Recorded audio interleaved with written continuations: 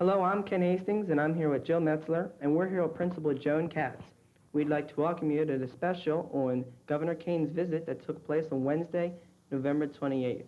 Mrs. Katz, could you please express upon for us and the viewing audience what was the purpose of his visit?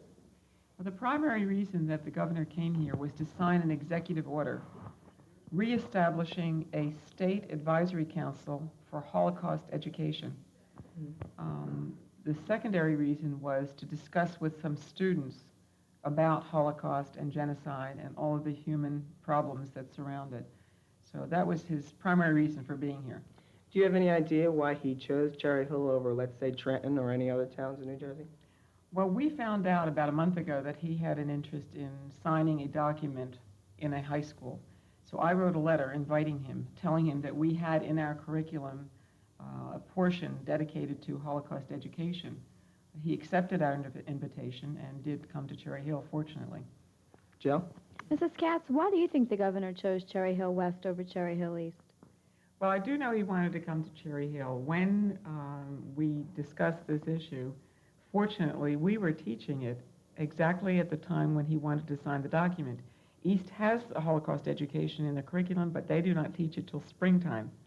So we were the lucky ones to have the governor honor us with his visit. Thank you.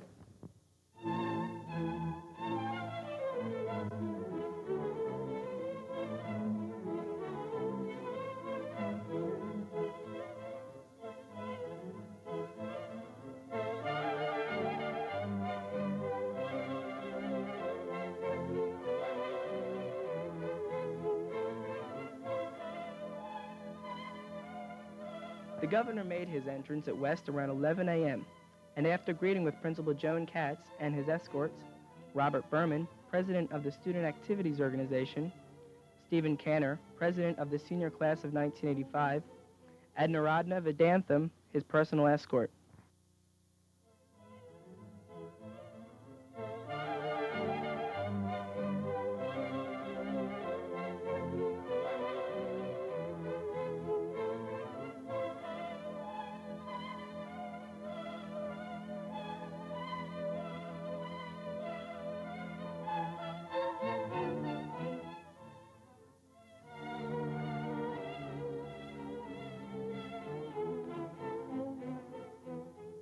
He went to Mr. Chilbert's third period history class, where with the students, he discussed all the events leading up to the Holocaust. You understand in your own minds that this is possible? I mean, can you imagine the fact that a society would actually go about the extermination for no other reason other than birth, who you are? People would actually single people out for extermination. Can you imagine that happening? I mean, can you, living in the kind of world we live in, and living in this country, can you imagine that is possible? Or is it just so beyond anything that you and I are used to that it's hard to believe it did actually happen? Well, you might imagine it, and I don't think you'd actually know what the exact experience of it would be per se. But in history, you can see throughout that you've always had somebody persecuted at some of the points. So that the idea of genocide of a race is not something that you'd find is that uncommon in history. Following his visit to the classroom, the governor next went to the library for the official signing of the executive order. Ladies and gentlemen, and honored guests, it is my great privilege and pleasure to introduce this morning the governor of the state of New Jersey, the Honorable Thomas H. Kean.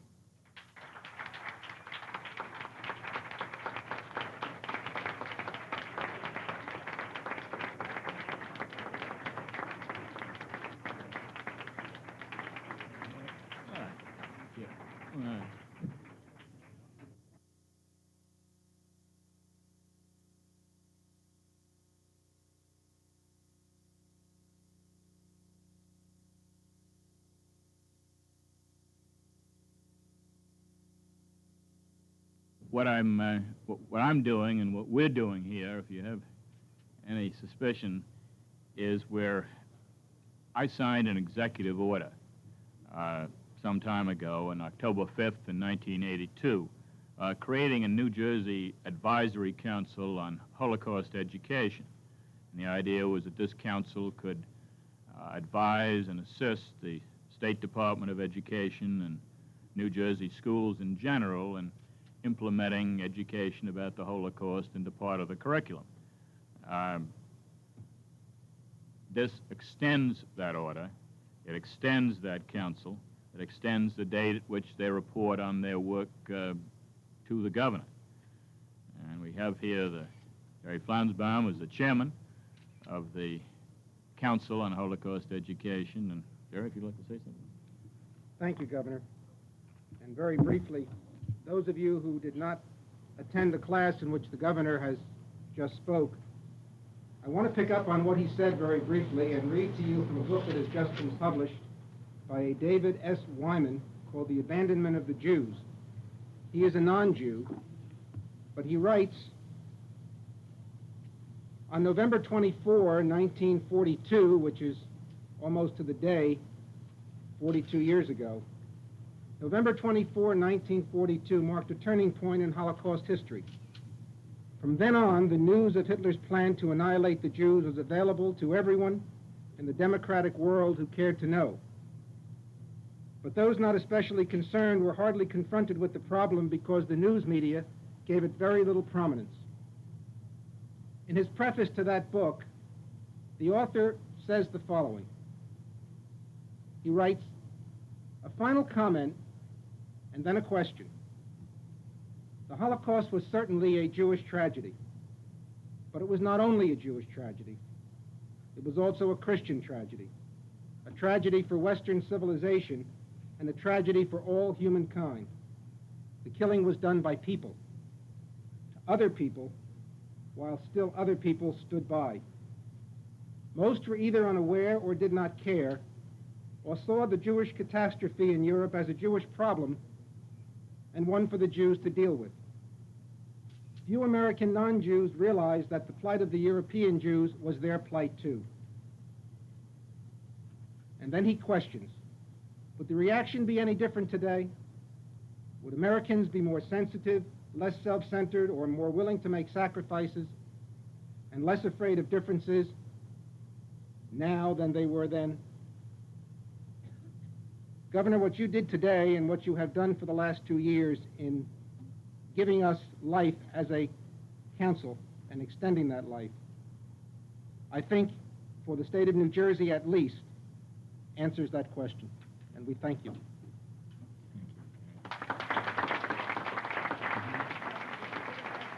The final event of the governor's agenda was an informal question-answer session which was held in the library with several students. How come, when I look into a textbook now, I don't see anything about the Holocaust? Obviously, this is an event that has to be included. Simply has to be included in the textbooks, has to be included in part of education, because it happened.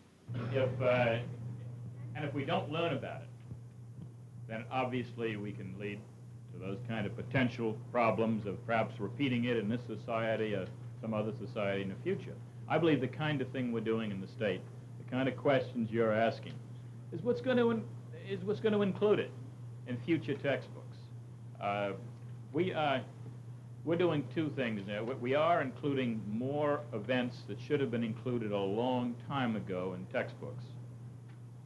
It wasn't until, to give you another example, it wasn't until I was in graduate school that I started learning, for instance, about the contributions to our own history of many black Americans. In the old textbooks, they didn't exist.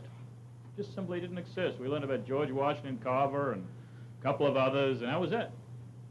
And now, I know in your textbooks, more of that is included. Now, if we can get your textbooks written in a little better English, so they're more interesting to you, we'll have the whole thing done. Yeah, Governor, I have a question linked with the removal of asbestos. Do you have any policy that will reimburse school districts that removed asbestos before the vetoing of the bill last week? Yeah, the bill that what I did last week was called a conditional veto. It didn't veto the bill, it simply makes some changes on it. The legislature had passed a 3-year program appropriating funds next year and the year after. They can't do that constitutionally. You can't bind another legislature. So what I did is say, all right, the $10 million you've appropriated this year to reimburse schools is fine. If you want to do that next year based on legitimate appropriations, you can do that again. And they will, as I understand, concur in that veto, which means the $10 million will be there to start as a program for reimbursement of schools. But let me say this about school funding in general. There is a pot of money.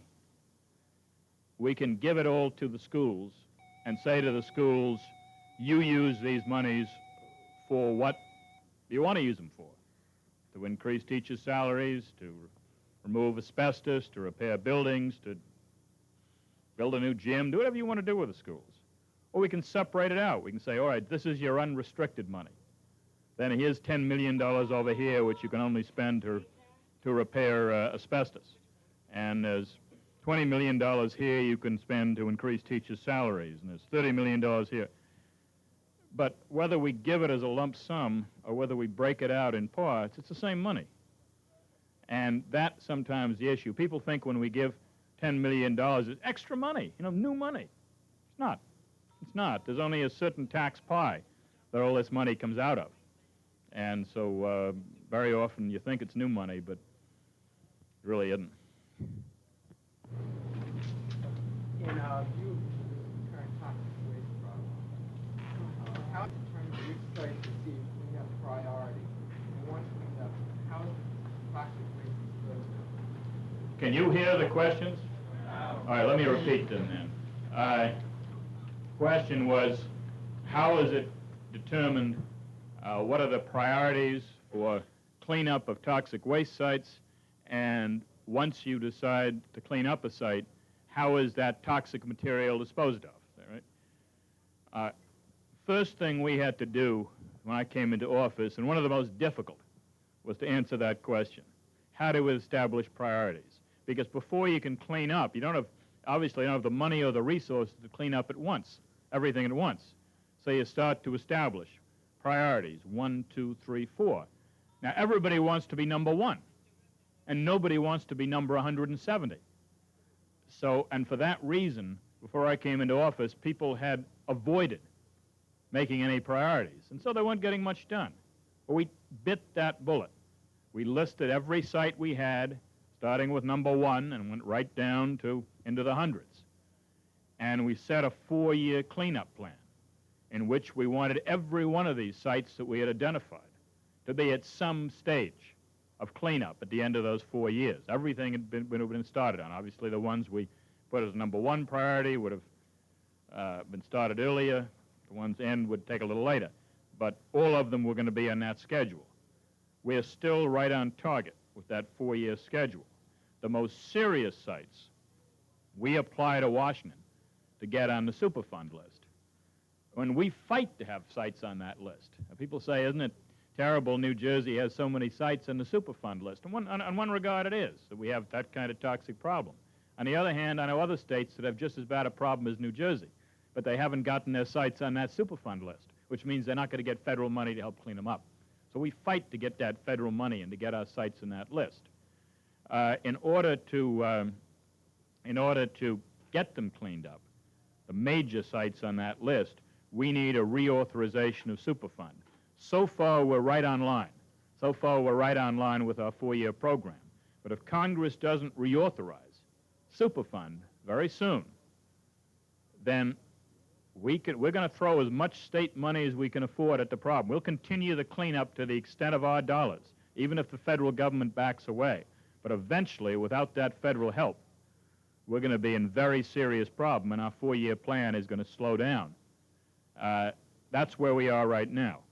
As far and second part of your question is becoming more and more difficult. Let's say you've got a site. No, give me an actual example.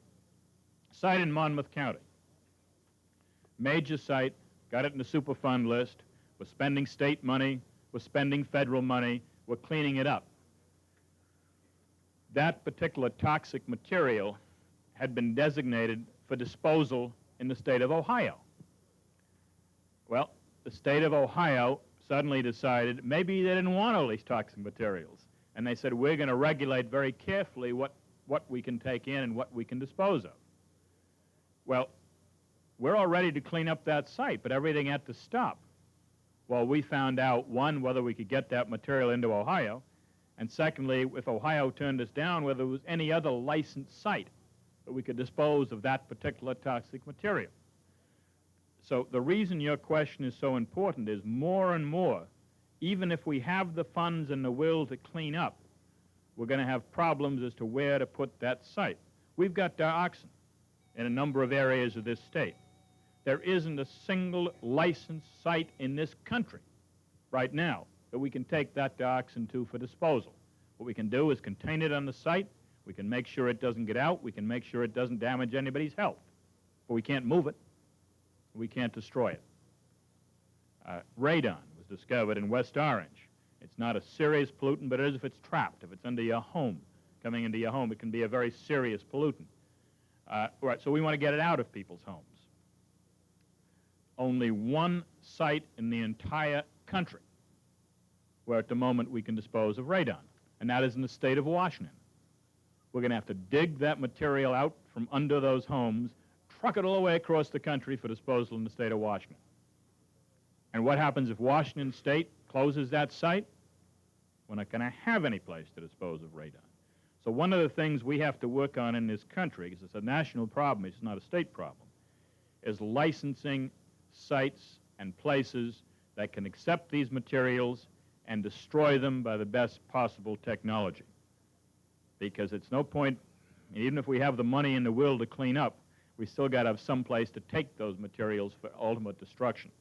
So the next big problem is, where is the disposal going to take place, and is the method going to be safe, and do the people who live in that area, can we convince them that it is safe to clean up and dispose of whatever toxic materials that exist on those sites? It's in the end. Nazi hunters going all around the United States and around the world and looking for Nazis like that. What do you feel should be done to these guys who committed all these acts of violence 30, 40 years ago? Who are still around today? Do you think they should be punished, or? Well, the question is about Nazi hunters. There are people still going, in many cases, to South America, where we feel in certain countries that some of the people who perpetuated some of the horrors, some of the war criminals, are still alive. Hey, my feeling is that we live under a society of laws, and that there is no statute of limitations on murder. There is no statute of limitations on genocide.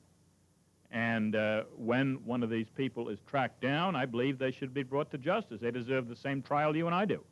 You can't put them in a kangaroo court. You can't railroad them, but they deserve justice. They deserve to be brought before the criminal bar, and if they committed these crimes, then they've got to be punished for them when they're caught.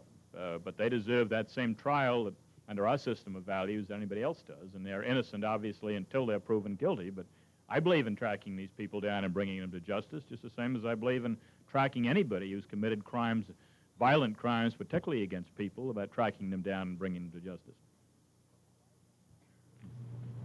Governor, is there any de facto segregation in New Jersey school, and if so, what would be done about it? Is there any de facto segregation in the New Jersey schools, and what can be done about it? It's a very difficult question, because it depends on your definition of de facto segregation. Are there neighborhood schools that have a predominance of people from one background or one race? Yes. Are there schools that are totally segregated in New Jersey? No.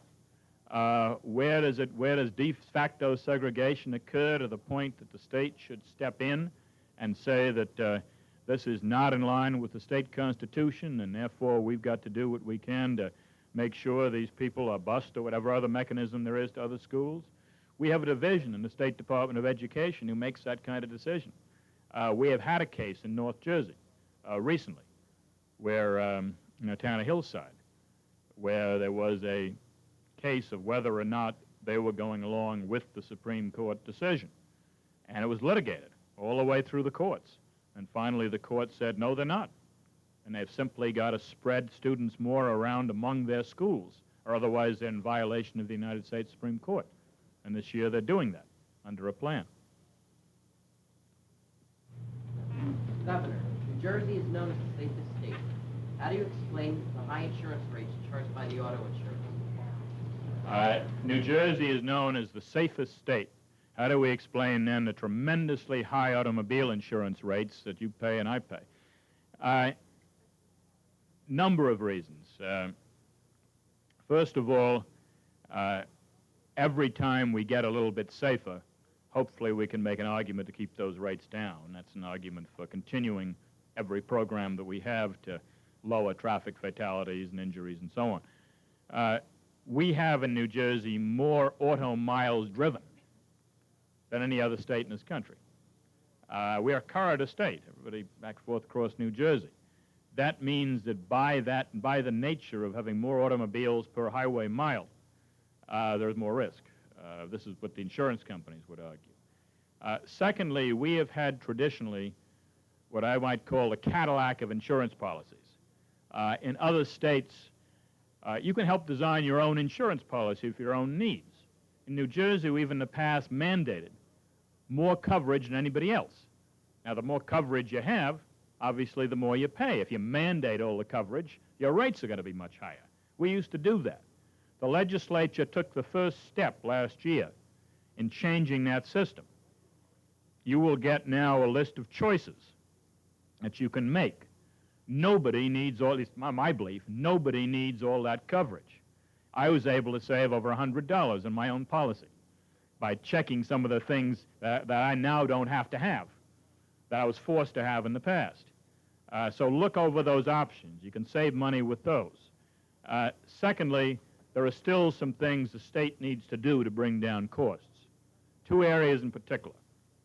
We got high medical costs, and I think we should have something called a medical fee schedule. It's built into Blue Cross and Blue Shield. It should be built into insurance, where we control the costs of medical expenses for those who are injured. Secondly, and more importantly, we've got to put a better control on legal costs. There's something called a Michigan verbal threshold, which I've been trying to get the legislature to pass, which would limit these tremendously high awards that get written into our insurance policies. I think it's important. It would lower the cost of insurance in the state of New Jersey. The Bar Association, honestly, lawyers don't like it. It would lower their income. A lot of lawyers in the legislature. So it's tough. It's tough to get it through. But I believe if people like you and so on contact the legislature, say, hey, support the governor on his desire for a verbal threshold, it's going to lower my insurance, eventually we'll get it through. But it's going to take more than a governor jawboning him at this point. It's going to take people contacting individual legislators and letting them know that this is what they want, and they want lower insurance rates, and this is the way to get them. How much will the Superfund program be allocating for the cleanup of toxic waste in New Jersey? How much will the Superfund program be allocating for the cleanup of toxic waste in New Jersey? No amount for New Jersey. What you do is they authorize an overall amount for the entire country, and then the various states apply. Now, we've been much more aggressive. We've gotten, if you think of there are 50 states all over the country, New Jersey, believe it or not, has gotten almost 20% of all the Superfund money for the entire country under the old program. And the reason was that, as Mr. Ruckelshaus, the environmental administrator, said, New Jersey's light years ahead of the rest of the country in identifying the problem and trying to clean it up. So we were there before they were asking for the money. When other states were just finding out about their toxic waste problems, New Jersey was there saying, hey, we've got our feasibility study, we're ready, we've got the matching funds, now give us the money. So we got almost 1/5 of the money that way for the entire country. Now other states are catching up. You read now in the papers about this toxic discovery in another state and this toxic discovery in a third state, and we're going to have much more competition for those dollars in the next round of Superfund. And we've just got to go aggressively in there and compete and be there first and be there with the best plan and be there with our state matching funds. And I make a lot of calls to Washington. Some of them are on this subject. I call the environmental administrator and try to get much money as I can for the state. But you see, you can't identify how much money will actually go to the state of New Jersey. It depends how aggressively we pursue the money for these individual Superfund sites and how aggressively we compete with other states for that money. Governor Kean, I'd like to know how you would feel about a moment of silence in public schools. How I would feel about a moment of silence in public schools. As a former teacher, sometimes I feel moments of silence would be great. but I'll tell you, my own feeling is that a moment of silence is unconstitutional. Just that simple. I think it's in violation of the state constitution. And when I, take that oath to uphold the state constitution, whether I'd like to see moments of silence or prayer or anything else, and I can't sign a bill to that effect if I believe it's unconstitutional, and the courts have upheld me in that belief. Governor, do you agree with President Reagan's ideas that a more prosperous economy will lead to an alleviation of the federal deficit? Do I believe in President Reagan's idea that a more prosperous economy will lead to an alleviation of the federal deficit? Yes, if you use the word alleviation, because alleviation means making it better. Yes, it'll make it better, no question about it. The worst thing that could happen right now for the deficit is for this country to go into a slowdown. Because if this country goes into a slowdown, what happens? You and your families, perhaps you have problems getting a job, a little more problem getting a job. Or if you can't get a job, you're not going to go into the store, you're not going to buy a new car, or if you're able to do that, you're not going to buy a new stereo, you're not going to buy whatever it is. And the same thing is true of the entire society. Now, if you don't go in and do that, people are making less money. We don't have in the state the sales tax because you're not purchasing. The federal government doesn't get the income taxes because people aren't making enough income.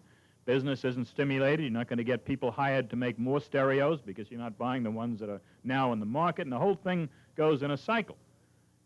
Overall, that means less tax money for the federal government, more expenses for the federal government. They're paying more unemployment insurance. They're paying more welfare. They're paying more of all of those things. So a slowdown in the economy adds tremendously to the national deficit. A speeded up and a healthy economy, if you continue boom conditions. I mean, we've turned New Jersey now from a state where, when I came into office, we had a $700 million deficit into a state where we're having a wonderful argument about what we should do with a surplus. A lot of that is because the economy is pumping.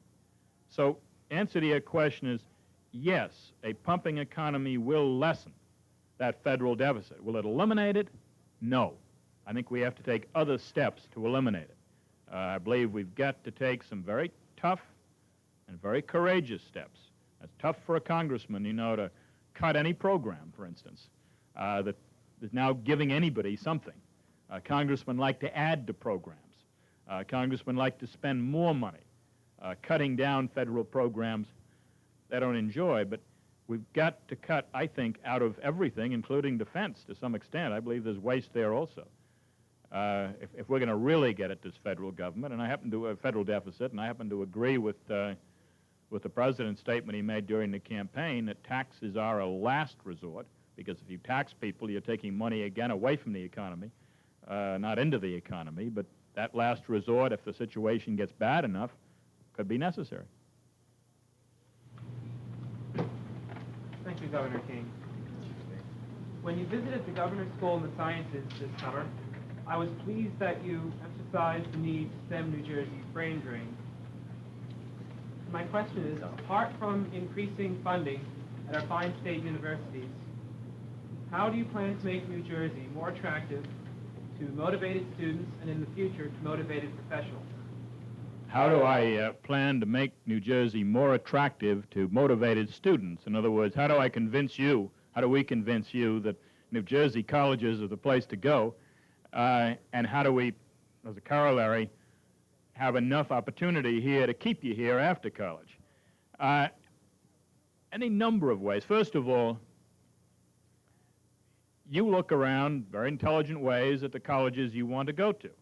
The best ways that we can keep you in the state of New Jersey, very simple.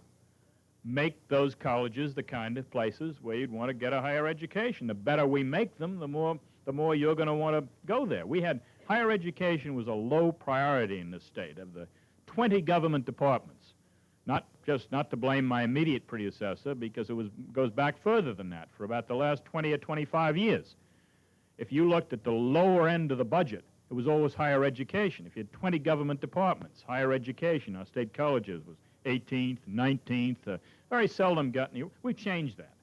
We not only put that bond issue, which people voted for on the ballot, but every year now I've increased substantially funding for higher education for our state colleges.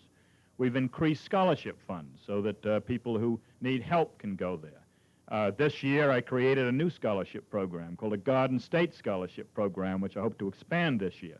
That program says, look, if you're bright enough to get that scholarship and to attend a New Jersey school, that's how you get the money.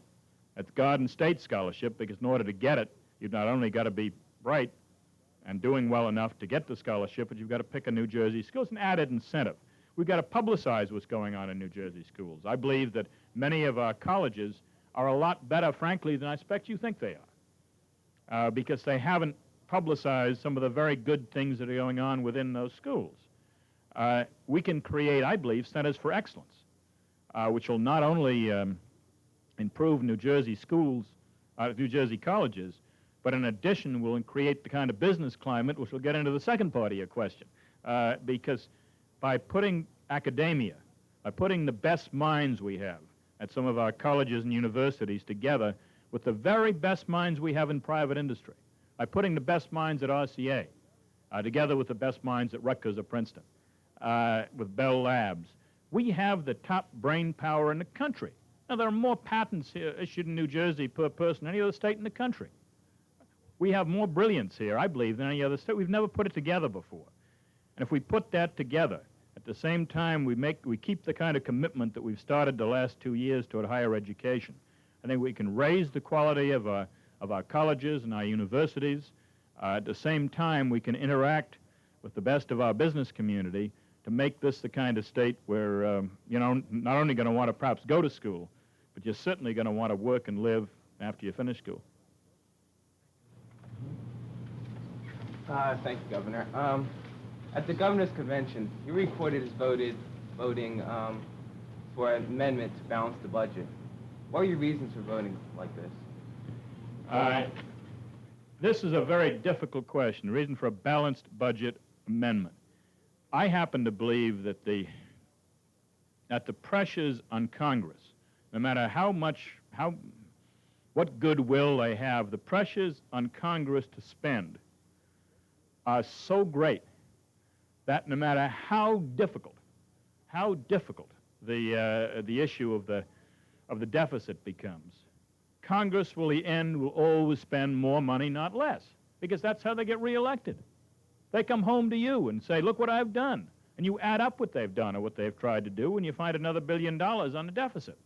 It's not that they're bad things, it's just we can't afford them. It's like there are a number of things you want right now. You would love to go home and, whether it's that car you're after or what is it, there are a number of things that you would love to have. But something tells you, you got a limited budget, or your family's got a limit, certain things you can't afford. Well, Congress doesn't have that problem. See, Congress, since it can borrow indefinitely against you and your children, doesn't have the problem of having to say there's a point at which you stop. And so, considering that they come home and say, this is what I've done to get elected, the pressure on them is tremendous to spend more and more and more. And it's not that they're all bad programs, it's just many of them are programs we afford as a people. And that's what's been happening. Now, I think we've got to put some restraints. As a governor, I'll tell you, I'm delighted we have a balanced budget.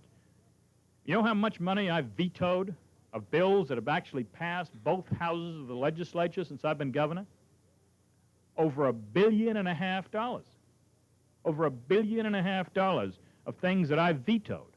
Not necessarily because they were bad programs, but because we couldn't afford them. It would have raised taxes way, way up if I'd signed them all. So I vetoed them. As a result, we have a surplus and not a deficit. And we have that. And when I veto those things, I say, look, we got to have a balanced budget in the state of New Jersey. Your idea is good, but we can't afford it. Congress has got to have some, use a crude expression, we've got to housebreak them in some way or other and get them to stop spending money that we don't have. Otherwise, this deficit is going to drive the country into a recession, and I don't think we're ever going to get it under control. Now, the kind of balanced budget amendment I was talking about does have some safeguards, does phase in. It's not going to immediately chop it off next year, but it's going to break them gradually into the idea that you cannot spend more than you take in unless you're having a national emergency. There are exceptions. You know, if we're going into a depression, they could do it. If we're going to a foreign policy situation, war or something, they could do it. If two-thirds of them want to do it, they could do it. So there's safeguards all the way through, but got to be some restraint. I've just come to the conclusion that Congress has not ever and never will, given the system we live in, really be able to restrain itself from more spending. And that's why I think we need not only a balanced budget amendment, but some other things too. A line item veto for the president, I think, would be a good thing. What is your opinion on the president's Star Wars plan? The president's what? Star Wars plan. What's my opinion of the president's Star Wars plan? I'm not sure I fully understand it. But if I understand it the way he explained it, at least the time I could about it was in a debate, that it is, in fact, a defensive system, then I can't argue against it.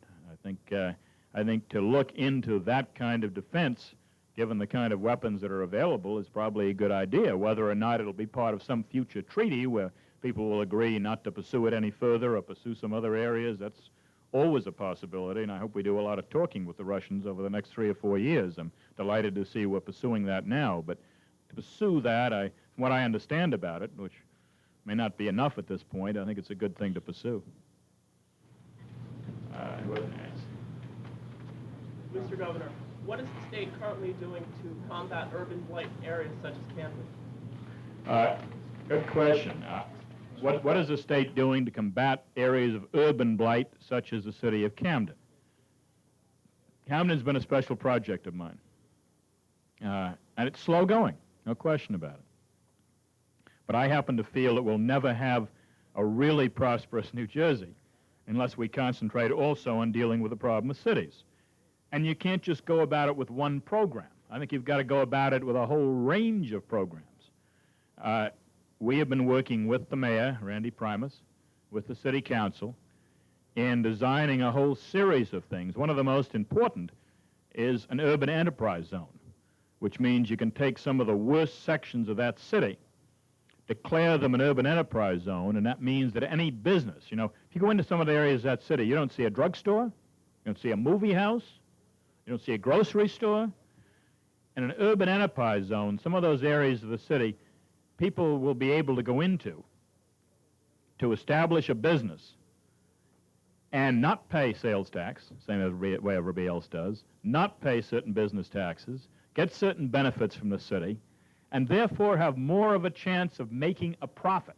The incentive is to go into that area, take your grocery store in, take whatever business it is, because you may be able to make a profit if you locate in that zone. We hope by that way to bring private enterprise, bring small business back into some areas where they've left the city. We're trying to develop areas of the city into areas where jobs are going to locate. We're rehabilitating a whole transportation center. We were able to win a big grant from the federal government. And if you go to downtown Camden and see what's happening around that old transportation center, we think not only is the transportation center going to be rehabilitated, but we believe the whole area around it's going to be. We're working on the rehabilitation and revitalization of certain neighborhoods.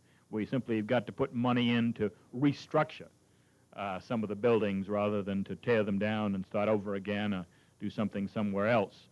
We're working in just dozens of different areas. There's not a 2-week period doesn't go by that Camden doesn't come in with some idea affecting the waterfront. There's a wonderful public-private partnership going on now with Campbell Soup and RCA joining in with city government, where they're trying to do something about that whole waterfront, and the state is trying to help out. It's a whole series of steps. But I believe with proper leadership at the local level and the state really making Camden a priority, over the years you will start to see that city come back. I think it's got the potential. If you look right across that river and see what's happening on the other side, and then you realize the potential of Camden on this side, then I happen to believe Camden will come back. But it's going to need a little help from everybody in order to do so. Thank you, Governor. In the last year or so, you've really clamped down on drunk driving. I'd like to know why or how you feel that a host or hostess should be held responsible for one of their guests driving drunk. Question is, how do I feel about a host or hostess being held responsible for one of their guests arriving drunk? Driving drunk. That's what you're talking about is not one of our laws. What you're talking about is a Supreme Court decision. We passed a number of very tough laws. That wasn't one of them. The Supreme Court ruled that if you invite somebody into your home and that somebody has much too much to drink, and then you let that person out and they hurt somebody with their car, that you have liability there. I think that's a very difficult law, and I'm not sure it would have passed the legislature. The question of where does the responsibility lie and how many people and how you tell sometimes that somebody's had too much, I think it's going to cause a lot of litigation. I'm all for the toughest possible laws on individual responsibility on drunken driving. I'm all for laws that give people who deal in alcohol a certain amount of responsibility, but I have difficulty, frankly, with that court decision. We can all come up with the obvious case. If somebody's slobbering drunk on the floor, you don't let him get in the car. If you do, you're probably responsible. But when you get past the obvious cases, at what point are you responsible for trying to stop an adult from getting out and walking out the door, and what could happen in court? I worry about it. I would not have signed such a bill had the legislature passed it, and I think the court decision is going to cause a lot of litigation before it's through, and I'm not sure how much a help it's going to be.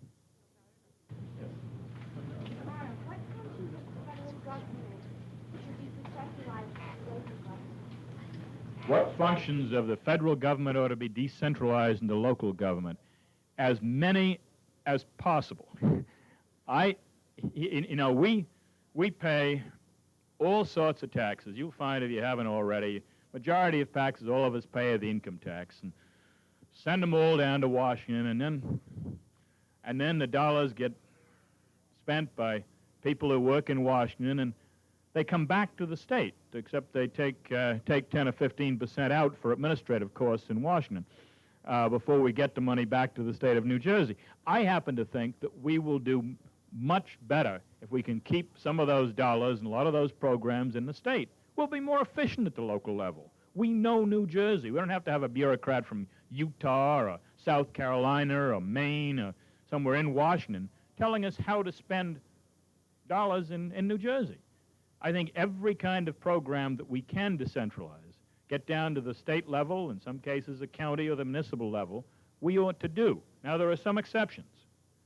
We have to set national standards in some areas. I think we have to spend national standards for certain poverty programs. We in New Jersey have a social conscience. We believe very strongly that we have an obligation to help those who are hungry, those who are poor, and as a society. Some states don't have quite that conscience. And I would hate to see, for instance, welfare regulations made totally the job of the states, because I have a feeling that in some of the southern states, you wouldn't be giving the kind of human dignity to people who could not help themselves that we would be in the Northeast. And one, you would get people in trouble, and secondly, you would get an in-migration to those states that had more of a heart and more of a social conscience. So I think as far as programs that help people, poverty programs, yes, we can give responsibility to the states, but there should be responsibility with national standards, below which one shouldn't go.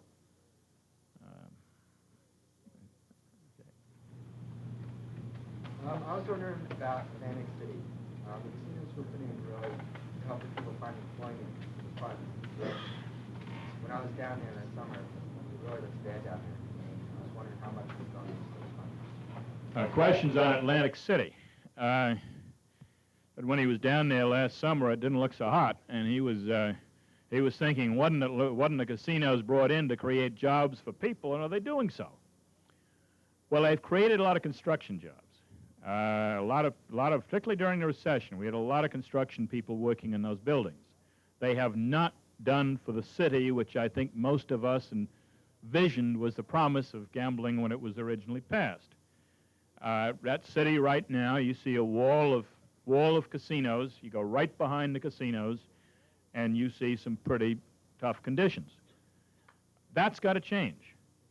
And I think we've got to make the casinos take part of the responsibility for making it change.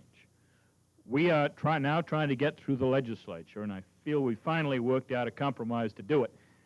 A bill which requires the casinos to take part of their profits and reinvest them. The bill I'd introduced said first in Atlantic City and then in South Jersey. North Jersey complained and said, we got to have some of the money, and we've had that controversy going on for a while, but now I think we've resolved that. The bill is now going to pass. This will invest up to $1 billion. Part of that $1 billion is required to be in housing for people. Others going to be in that downtown. And I believe using this as a tool, we can work with the casino industry to bring them to the ultimate responsibility, which is sharing the prosperity with the people of that city. So if this bill gets through the legislature, and I hope it will in the next couple of weeks, honestly, we can start toward that process. But I'm just as disappointed as you are with what that city looks like after 5 years or whatever it is, casino gambling. Governor, for being our guest today. I'm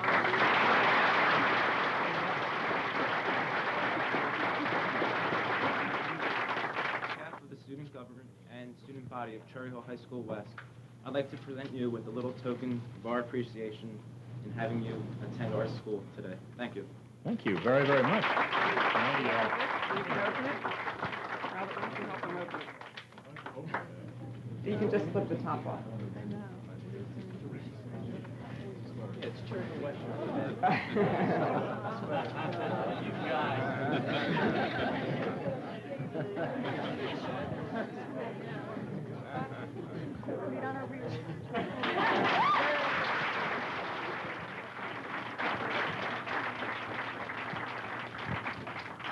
I'll use this, and I'll use it probably day after tomorrow. I got picked this year as talk about teaching. I got picked for something very interesting.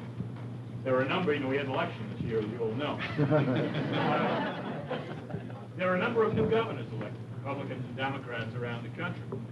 The Governors Association is holding a seminar this year to try and teach the governors some of the things which perhaps they didn't learn in their campaigns. They're going to have to know in running a state. And they picked me as one of the 4 governors to be faculty, to try and teach the new governors. And this morning I was doing what I do very badly, because my wife's away. I was getting out the shirts and trying to figure out how to fold them and get them in a bag, and I couldn't find a sweater. Thank you. I'll be wearing it. Governor Kean left West following a full agenda and the day that we here at West shall all remember.